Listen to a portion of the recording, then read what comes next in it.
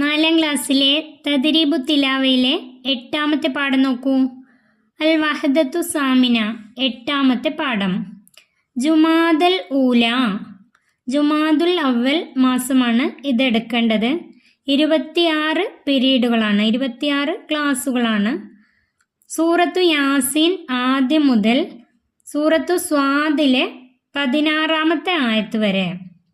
സൂറത്ത് യാസീൻ ആദ്യം മുതൽ സൂറത്ത് സ്വാദിലെ 16ാമത്തെ ആയത്ത് വരെയാണ് പാരായണം പഠിക്കേണ്ടത്. ഇനി കാണാപ്പാഠം പഠിക്കേണ്ടത് ആയത്തുൽ കുർസിയ, അത് 4 പീരീഡ്. ആയത്തുൽ കുർസിയാണ് കാണാപ്പാഠം പഠിക്കേണ്ടത്. സൂറത്തുകൾ പരിചയപ്പെടാം. സൂറത്തു യാസീൻ മക്കിയ, ആയത്തുകളുടെ എണ്ണം 83.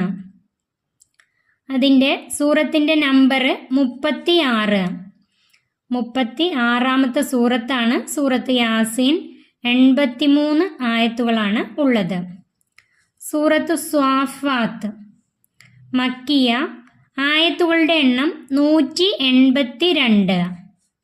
182, അത് 37ാമത്തെ സൂറത്താണ്. അടുത്ത സൂറത്ത് സ്വാദ് മക്കിയ, ആയത്തുകളുടെ എണ്ണം 88. ആ സൂറത്തിൻ്റെ നമ്പർ 38. പാരായണം കേട്ട് പരിശീലിക്കാം.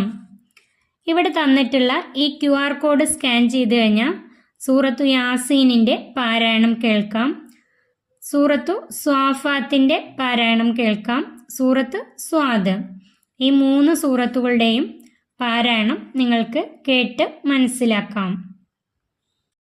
അൽ മദ്ദു മുത്തസിൽ വൽ മുൻഫസിൽ. ഇവിടെ നമുക്ക് പഠിക്കാനുള്ളത് മുത്തസിലായ മദ്ദും മുൻഫസിലായ മദ്ദുമാണ്. മദ്ദ് മുത്തസിൽ എന്നാൽ ചേർന്ന് വരുന്ന മദ്ദ്, മുൻഫസിൽ എന്നാൽ വിട്ടുവരുന്ന മദ്ദ്. മദ്ദിനെ സൂചിപ്പിക്കുന്ന അക്ഷരങ്ങൾക്ക്, അതായത് അലിഫ്, വാവ്, യാ ശേഷം ഹംസ വന്നാൽ ആ മദ്ദ് മുത്തസിലോ മുൻഫസിലോ ആയിരിക്കും. മദ്ദിനെ സൂചിപ്പിക്കുന്ന അക്ഷരങ്ങൾ അലിഫ്, വാവ്, യാ, അതിനുശേഷം ഹംസ വന്നാൽ ആ മദ്ദ് മുത്തസിലായിരിക്കും അല്ലെങ്കിൽ മുൻഫസിലായിരിക്കും. മദ്ദക്ഷരത്തിന് ശേഷം അതേ പദത്തിൽ ഹംസ ചേർന്ന് വന്നതാണെങ്കിൽ മുത്തസിലും, 2 പദത്തിലാണെങ്കിൽ മുൻഫസിലുമാണ്. മദ്ദക്ഷരത്തിനു ശേഷം അതേ പദത്തിലാണ് ഹംസ വരുന്നതെങ്കിൽ അത് മുത്തസിലും, എന്നാൽ 2 പദത്തിലാണെങ്കിൽ അത് മുൻഫസിലുമാണ്. നമുക്ക് താഴെയുള്ള ഉദാഹരണങ്ങൾ നോക്കി മനസ്സിലാക്കാം. അലിഫ്, വാവ്, യാ, അതിനുശേഷം ഹംസ. ഇനി മുത്തസിൽ. ഇവിടെ മുത്തസിൽ എന്നാൽ ചേർന്നു വരുന്നത്. ഉദാഹരണത്തിന് ജാ എന്നത് ഒറ്റ പദമാണ്. ഒറ്റ പദം ആണ് ഇവിടെ ജാ എന്നത്. എന്നാൽ ഇവിടെ മദ്ദക്ഷരം അലിഫാണ്. ഈ അലിഫിൻ്റെ ശേഷം ഹംസ വന്നു, എന്നാൽ ഇത് ഒറ്റ പദത്തിലാണ് വന്നിട്ടുള്ളത്. അതുകൊണ്ട് ഈ മദ്ദിനെ മദ് മുത്തസിൽ എന്ന് പറയാം. ഇനി മുൻഫസിൽ നോക്കൂ. മാ ഔന, ഇവിടെ മാ എന്നതും ഔന എന്നതും 2 പദങ്ങളാണ്. മാ എന്നത് ഒരു പദമാണ്, ഔന എന്നത് ഒരു പദമാണ്. മദ്ദക്ഷരമായി ഇവിടെ അലിഫ് വന്നു. മാ എന്നതിൽ നീട്ടാനുള്ള ഈ അലിഫ്. ഈ അലിഫിന് ശേഷം ഹംസ വന്നു, എന്നാൽ ഇത് ഒരേ പദത്തിലല്ല, 2 പദങ്ങളിലാണ് വന്നിട്ടുള്ളത്. ആ മദ്ദിനെ മദ് മുൻഫസിൽ എന്ന് പറയുന്നു. മദ്ദിയായ അക്ഷരങ്ങൾക്ക് ശേഷം ഹംസ വരുന്ന 2 പദങ്ങൾ വീതം പാഠഭാഗത്ത് നിന്ന് കണ്ടുപിടിക്കാം, എഴുതി പരിശീലിക്കാം. പാഠഭാഗത്ത് നിന്ന് നിങ്ങൾ കണ്ടുപിടിക്കുക, ഇവിടെ എഴുതാം. ഇവിടെ അലിഫ്, അതിനുശേഷം ഹംസ. മദ്ദക്ഷരമായി അലിഫ് വന്നു, അതിനുശേഷം ഹംസ വന്നതിന് 2 ഉദാഹരണമാണ് എഴുതേണ്ടത്. വസവാ ഉൻ, അതിൽ നീട്ടാനുള്ള അലിഫ്, അതിൻ്റെ ശേഷം ഹംസ വന്നു. ഇന്നമാ അംറുഹു, അവിടെ മദ്ദക്ഷരമായി അലിഫ് വന്നു, അതിൻ്റെ ശേഷം ഹംസ വന്നു. അംറുഹു എന്നതിലെ ഹംസ. അങ്ങനെ വരുമ്പോൾ ഇതിൽ വസവാ ഉൻ എന്നത് മുത്തസിലായ മദ്ദാണ്, ഹംസ ചേർന്ന് വന്നു. ഇന്നമാ അംറുഹു എന്നതിൽ ഹംസ വിട്ട് വന്നു, രണ്ട് പദത്തിലായിട്ടാണ് വന്നത്. ഇന്നമാ എന്നത് ഒരു പദം, അംറുഹു എന്നത് മറ്റൊരു പദം. ഇങ്ങനെ വിട്ട് വന്നാൽ മുൻഫസിലാണ്. ഇനി രണ്ടാമത്തെ നോക്കൂ, യാഇന് ശേഷം ഹംസ വരുന്നത്. ഫീ ഐനാകിഹിം, ഫീ എന്നതിലെ യാഇന് ശേഷം ഐനാകിഹിം, അതിൽ ഹംസ വന്നു. അത് രണ്ട് പദത്തിലായിട്ടാണ് വരുന്നത്, മദ് മുൻഫസിലാണ്. അതുപോലെ ഫീ ഇമാമിൻ, ഫീ എന്നതിലെ യാഇന് ശേഷം മദ്ദക്ഷരമായ യാഇന് ശേഷം ഹംസ വന്നു. ഇമാമിൻ, അതിൽ ഹംസ വന്നു. അത് രണ്ട് പദത്തിലായിട്ടാണ് വന്നത്, മദ് മുൻഫസിലാണ്. ഇനി മൂന്നാമത്തെ നോക്കൂ, വാവിന് ശേഷം ഹംസ. ഇവിടെ ലമ്മുണ്ട്, അതിനെ നീട്ടാൻ വാവ്, അതിന് ശേഷം ഹംസ. ഈ വാവിന് ശേഷം ഹംസ വരുന്നതിന് ഉദാഹരണം ഫഖാലു ഇന്ന, അവിടെ വാവിന് ശേഷം ഹംസ വന്നു, അത് രണ്ട് പദത്തിലായിട്ട് വന്നു, മുൻഫസിലാണ്. അതുപോലെ ഖാലു ഇന്ന, അതും രണ്ട് പദത്തിലായിട്ടാണ് വന്ന്, അത് മുൻഫസിലാണ്. നിങ്ങൾക്ക് വേറെയും ഉദാഹരണങ്ങൾ കണ്ടുപിടിച്ച് എഴുതാം. പദങ്ങൾ എഴുതി പരിശീലിക്കാം.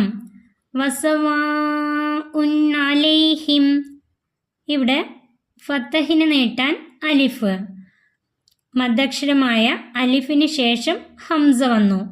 ഇത് ഒരേ പദത്തിലാണ് അലിഫും ഹംസയും. ഇത് മുത്തസിലായ മദ്ദാണ്, ഇത് ഇവിടെ എഴുതാണ് വേണ്ടത്. ഫീ ഐനാകിഹിം, കസറിന് നീട്ടാൻ യാ, മദ്ദക്ഷരമായ യാഇന് ശേഷമാണ് ഹംസ, രണ്ട് പദത്തിലാണ്. ഫീ എന്നത് ഒരു പദം, ഐനാകിഹിം എന്നത് മറ്റൊരു പദം, രണ്ട് പദത്തിലായിട്ടാണ് വന്നത്, ഇത് മുൻഫസിലാണ്. ഫീ ഇമാമിൻ മുബീൻ, ഇവിടെ കസറിനെ നീട്ടാൻ യാഇന് ശേഷം ഹംസ വന്നു, രണ്ട് പദത്തിലായിട്ടാണ് വന്നത്, മുൻഫസിലാണ്. അലാ അഫ്വാഹിഹിം, ഇവിടെ മദ്ദക്ഷരമായ അലിഫ്, അലിഫിന് ശേഷം ഹംസ, ഇത് രണ്ട് പദമാണ്, അതുകൊണ്ട് മദ് മുൻഫസിലാണ്. മാ ഉൻസിറ ആബാഉഹും, ഇവിടെ മാ എന്നതിലെ അലിഫിന് ശേഷം ഹംസ വന്നു, ഇത് മാ എന്നതും ഉൻസിറ രണ്ട് പദങ്ങളാണ്, മദ് മുൻഫസിലാണ്.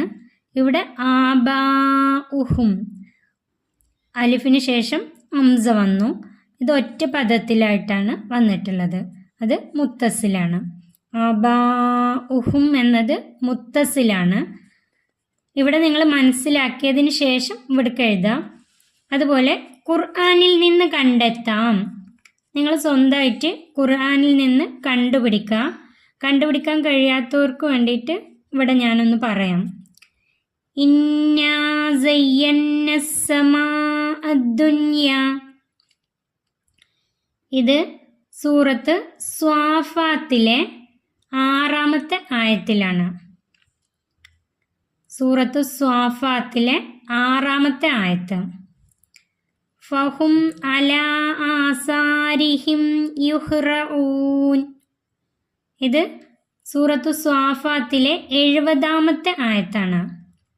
സൂറത്തു സ്വാഫാത്ത് 70-ാമത്തെ ആയത്ത്. വമാ അലൈന ഇല്ലൽ ബലാഉൽ മുബീൻ, അത് സൂറത്തു യാസീനിലെ 17-ാമത്തെ ആയത്ത്. സൂറത്ത് യാസീനിലെ 17-ാമത്തെ ആയത്ത്. വലൗ നശാഉ ലതമസ്ന, സൂറത്ത് യാസീനിലെ 66-ാമത്തെ ആയത്ത്. സൂറത്ത് യാസീനിലെ 66-ാമത്തെ ആയത്ത് നമുക്ക് ശീലിക്കാം. ഇത് നമുക്ക് നമ്മുടെ ജീവിതത്തിൽ പകർത്താം. ദുആഉൽ ഖുർആൻ. റബ്ബന ഹബ് ലനാ മിൻ അസ്വാജിനാ വദുരിയാതിനാ ഖുറത ആയുനിൻ വജഅൽനാ ലിൽ മുത്തഖീന ഇമാമ. റബ്ബന ഹബ് ലനാ മിൻ അസ്വാജിനാ വദുരിയാതിനാ ഖുറത ആയുനിൻ വജഅൽനാ ലിൽ മുത്തഖീന ഇമാമ. ഈ ദുആ കാണാതെ പഠിക്കുക. മാസാന്ത മൂല്യനിർണയം. അധ്യാപകൻ കുട്ടിയുടെ മാസാന്ത പഠന പ്രവർത്തനങ്ങൾ വിലയിരുത്തി താഴെ യോജിച്ച കോളത്തിൽ സ്റ്റാർ നൽകുക. മുംതാസ് മികച്ചത്. ജയ്യിദ് ജദ്ദ ഏറ്റവും നല്ലത്. ജയ്യിദ നല്ലത്. ഗൈറ ജയ്യിദ നല്ലതല്ല. നിങ്ങളുടെ പഠന പ്രവർത്തനങ്ങൾക്ക് അനുയോജിച്ച സ്റ്റാർ നിങ്ങൾക്ക് ഈ കോളങ്ങളിൽ ലഭിക്കും.